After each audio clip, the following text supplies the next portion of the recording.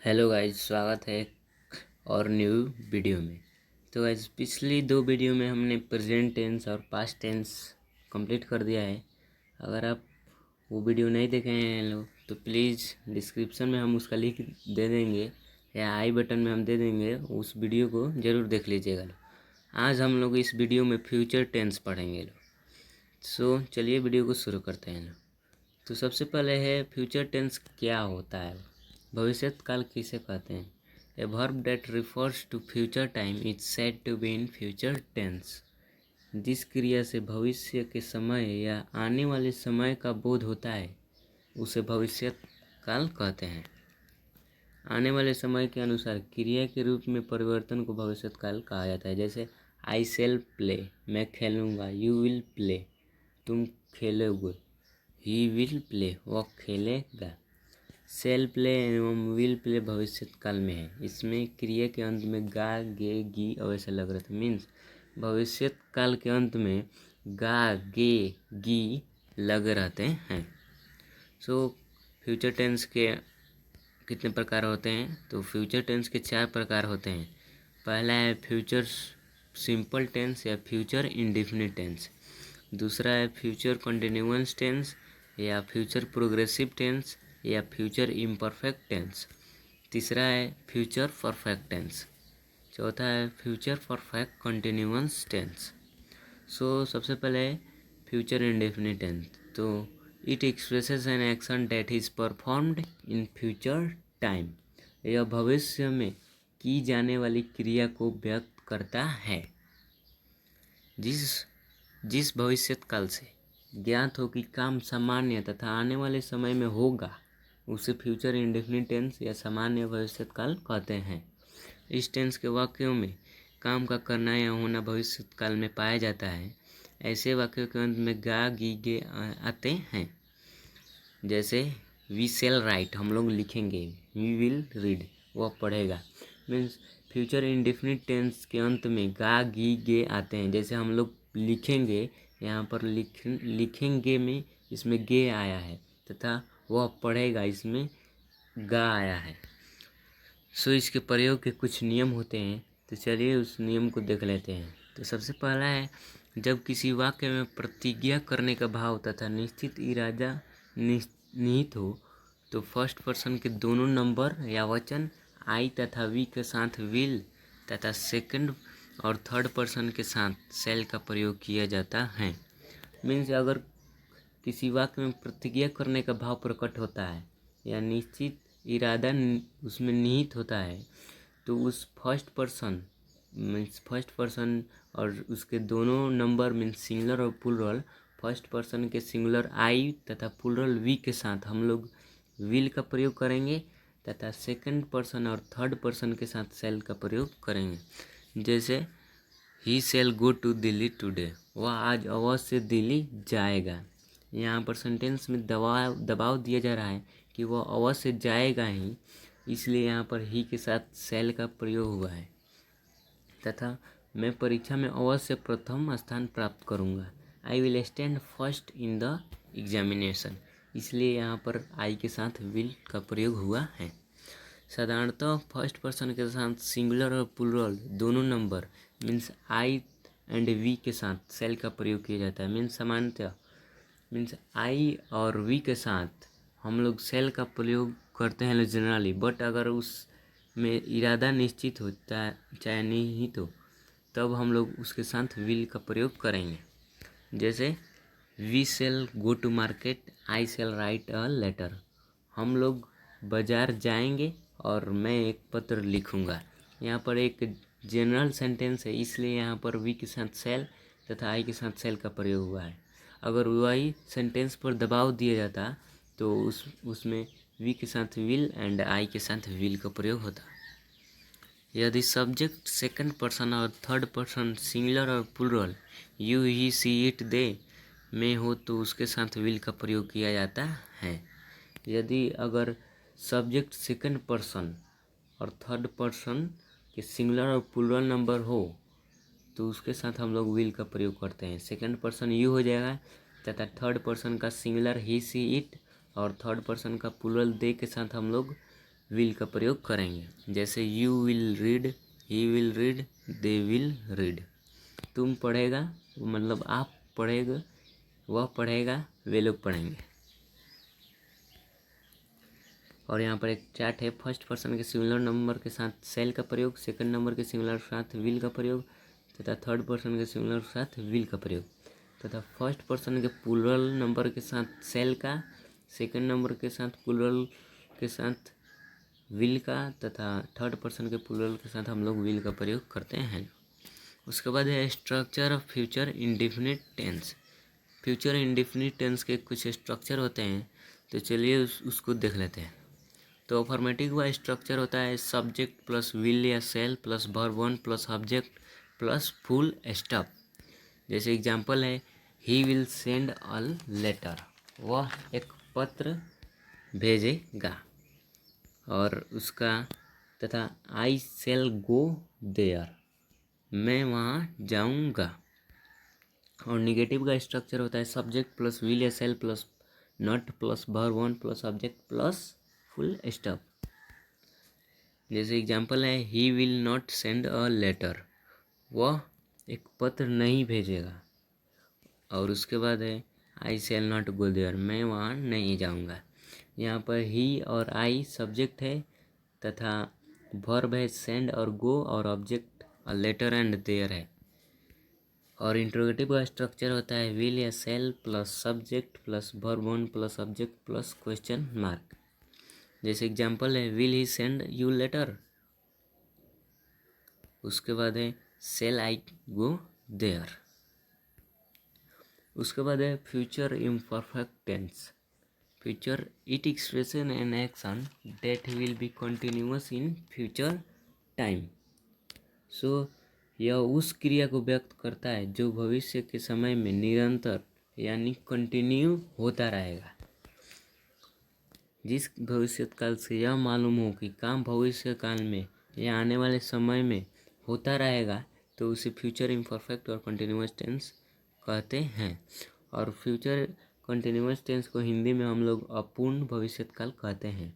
इस टेंस के वाक्यों में काम का करना या होना भविष्य काल में पाया जाता है। ऐसे वाक्यों के अंत में रहा होगा, रही होगी, रहा हूँगा, रहे होंगे आते हैं। मीन्स इस टेंस के वाक्य में जो काम होता है उसका करना या होना भविष्य काल में पाया तो जाता ही है, तथा ऐसे वाक्यों के अंत में रहा होगा, रही होगी, रहा हूँगा, रहे होंगे पाए जाते हैं। जैसे कि है, he will be sending a letter, वह एक पत्र भेजता रहेगा। Reena will be cooking food, Reena भोजन बनाती रहेगी।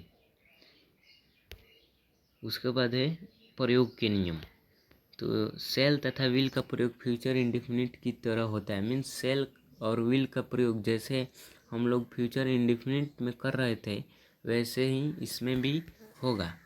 जैसे हम लोग कर रहे थे आई तथा वी का के साथ हम लोग सेल का प्रयोग कर रहे थे, तथा ही सी इट और सेकंड पर्सन मीन्स यू और दे के साथ हम लोग विल का प्रयोग कर रहे थे फ्यूचर इंडेफिनिट में। उसी तरह हम लोग फ्यूचर इम्परफेक्ट में भी इसी तरह करेंगे। सब्जेक्ट के बाद सेल या विल का प्रयोग और उसके बाद बी लगाया जाता है तथा अंत में मुख्य क्रिया में आईएनजी का प्रयोग होता है। और फ्यूचर इम्परफेक्ट टेंस में सब्जेक्ट के बाद सेल या विल तो लगता ही है और उसके बाद इसमें बी भी लगता है, तथा उसके अंत के मुख्य क्रिया में मीन्स मेन वर्ब में आईएनजी जुड़कर हम लोग उसे भी4 बनाते हैं। जैसे वह क्रिकेट खेलता रहेगा, ही विल बी प्लेइंग क्रिकेट। यहाँ पर सब्जेक्ट है ही तथा विल हेल्पिंग वर्ब है और बी उसके बाद प्रयोग हुआ है, और प्ले मीन्स मेन वर्ब है और उसमें आईएनजी जोड़ेंगे लो तो प्लेइंग और क्रिकेट ऑब्जेक्ट है। एक और एग्जांपल है, हम लोग बिहार जाते रहेंगे, we will be going to Bihar. यहाँ पर सब्जेक्ट वी है तथा मेन वर्ब गो है, उसमें आईएनजी का प्रयोग हुआ है और टू बिहार ऑब्जेक्ट है। सो आई और वी के साथ सेल का प्रयोग किया जाता है तथा ही सी इट दे और यू के साथ विल का प्रयोग किया जाता है। जैसे कि हमने बताया कि आई और वी के साथ हम लोग सेल का प्रयोग करेंगे तथा ही सी इट दे और यू के साथ हम लोग विल का प्रयोग करेंगे। उसके बाद है structure of future continuous tense. Future continuous tense का स्ट्रक्चर कैसा होता है। सो अफर्मेटिव का स्ट्रक्चर है सब्जेक्ट प्लस सेल या will plus be plus verb one plus ING plus object plus full stop. जैसे एग्जांपल में है we shall be going to Mumbai, हम लोग मुंबई जाते रहेंगे। अब उसके बाद है I shall be coming to Mumbai, मैं मुंबई आता रहूँगा। सो यहाँ पर सब्जेक्ट वी तथा सेल विल तो है ही और बी है और गो यहाँ पर मेन वर्ब है तथा उसमें आईएनजी जोड़ेंगे तो गोइंग और ऑब्जेक्ट मुंबई है। सो निगेटिव का स्ट्रक्चर होता है सब्जेक्ट प्लस सेल या will plus not plus be plus verb one plus ING plus object plus full stop. Affirmative में हम लोग फर्स्ट हेल्पिंग वर्ब के बाद जब हम लोग नॉट लगाते हैं ना तो वो निगेटिव होता है। जैसे एग्जांपल है we shall not be going to Mumbai, हम लोग मुंबई नहीं जाते रहेंगे।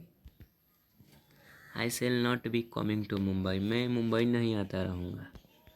उसके बाद है इंट्रोगेटिव का स्ट्रक्चर। सो इंट्रोगेटिव का स्ट्रक्चर होता है विल या shall plus subject plus be plus verb one plus ING plus object plus question mark.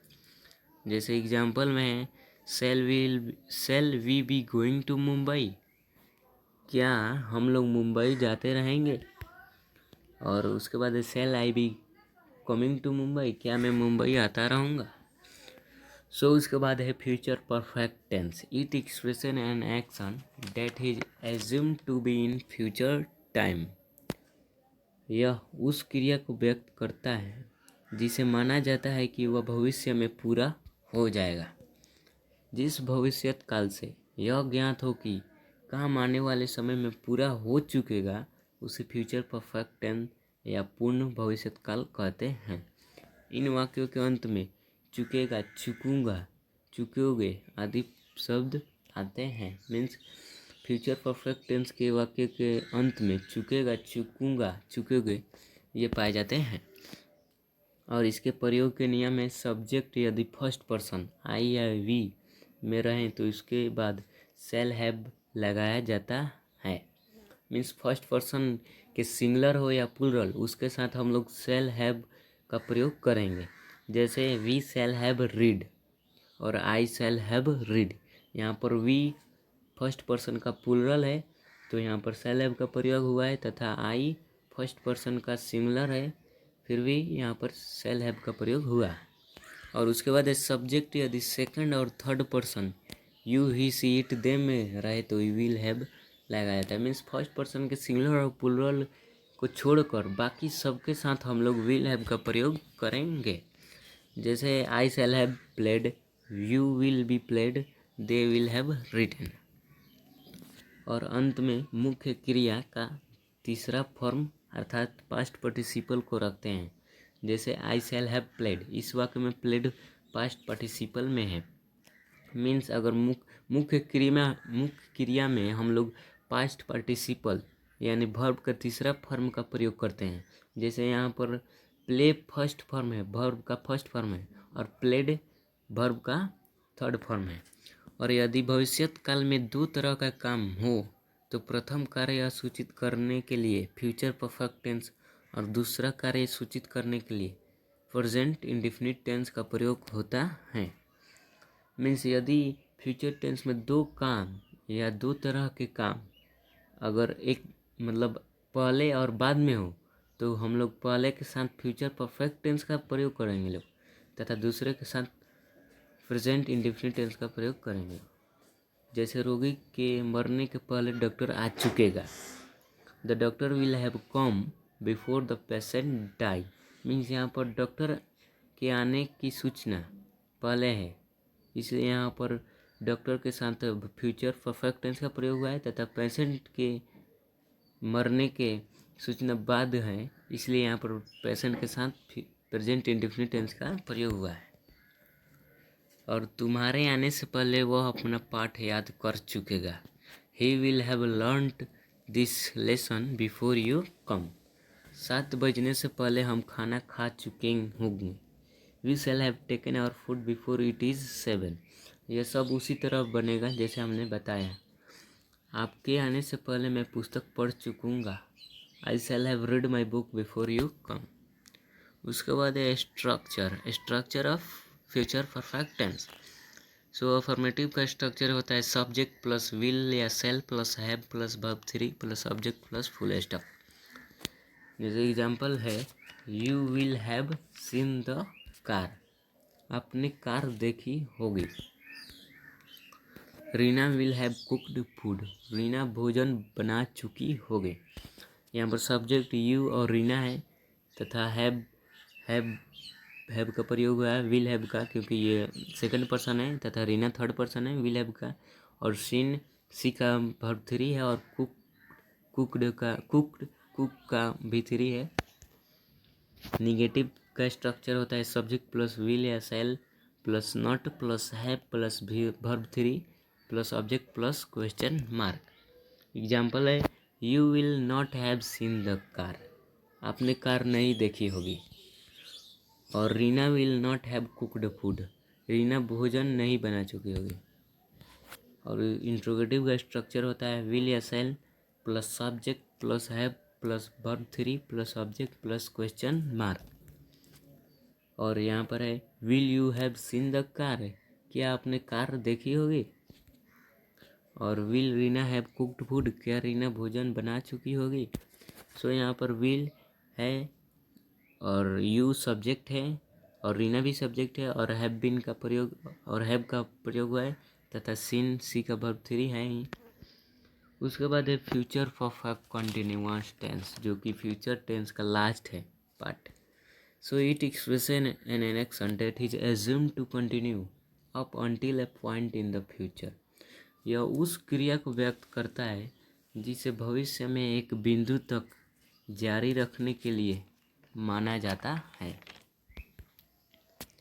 जिस भविष्य काल से यह पता चले कि काम आगे आने वाले समय में अर्थात भविष्य काल में पहले से ही होता रहा है और होता रहेगा, उसे फ्यूचर परफेक्ट कंटिन्यूअस टेंस कहते हैं। यह पूर्ण भविष्य काल भी कहते हैं। इस टेंस के वाक्य में काम का करना या होना भविष्य काल में पाया जाता है तथा समय भी दिया होता है। ऐसे वाक्यों के अंत में रहा होगा, रही होगी, रहा हूँगा, रहे होगे आते हैं। जैसे माँ 2 घंटों से घर साफ करती रहेगी। Mother will have been cleaning house for 2 hours। यहाँ पर समय दिया है 2 hours तथा ये फ्यूचर परफेक्ट कंटिन्यूअस टेंस का उदाहरण भी है। यदि सब्जेक्ट वी और आई रहेगा तो उसके साथ शैल हैव बीन का प्रयोग किया जाएगा।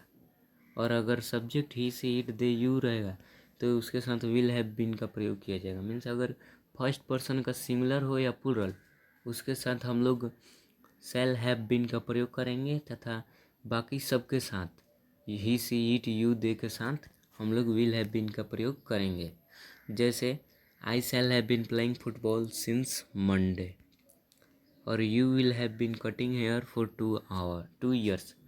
आई यहाँ पर फर्स्ट पर्सन का सिंगुलर है इसलिए यहाँ पर सेल का प्रयोग हुआ है, शैल हैव बीन का। और यू यहाँ पर सेकंड पर्सन है इसलिए यहाँ पर विल हैव बीन का प्रयोग हुआ है।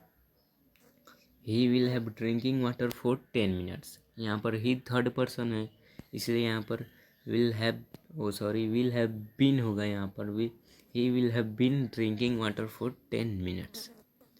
और उसके बाद है structure of future perfect continuous tense. Affirmative का स्ट्रक्चर होता है सब्जेक्ट प्लस शैल या will plus have plus been plus verb one plus ING plus object plus since या for plus time plus full stop. Verb one में हम लोग ING जब जोड़ते हैं लोग तो वर्ब फोर का निर्माण होता है। जैसे एग्जाम्पल है mother will have been cleaning house for 2 hours, माँ 2 घंटों से घर साफ करती रहेगी। और निगेटिव का स्ट्रक्चर है सब्जेक्ट प्लस शैल या will plus not plus have plus been plus verb one plus ING plus object plus since या for plus time plus full stop. Mother will not have been cleaning house for 2 hours, यहाँ पर mother subject है तथा है cell या will का प्रयोग, cell या विल दोनों में से यहाँ पर विल का प्रयोग हुआ है, नॉट का प्रयोग हुआ ही है, तथा हैव बीन के बाद क्लीन है मेन वर्ब, उसके साथ आईएनजी जोड़ेंगे लोग तो क्लीनिंग। उसके बाद ऑब्जेक्ट है हाउस और टाइम है 2 आवर्स और 4 का प्रयोग हुआ है क्योंकि ये अनिश्चित समय को बोध करा रहा है। उसके बाद है इंट्रोगेटिव का स्ट्रक्चर। सो सेल या will plus subject plus have plus been plus verb one plus ING plus object plus since या for plus time plus question mark. Will mother have been cleaning house for 2 hours. तो guys आज का video यहीं पर हुआ समाप्त। अगर video अच्छा लगा हो तो चैनल को सब्सक्राइब और वीडियो को लाइक कर दीजिएगा, क्योंकि हम ऐसे वीडियो रेगुलर अपलोड करते रहते हैं। तब तक के लिए जय हिंद, जय भारत।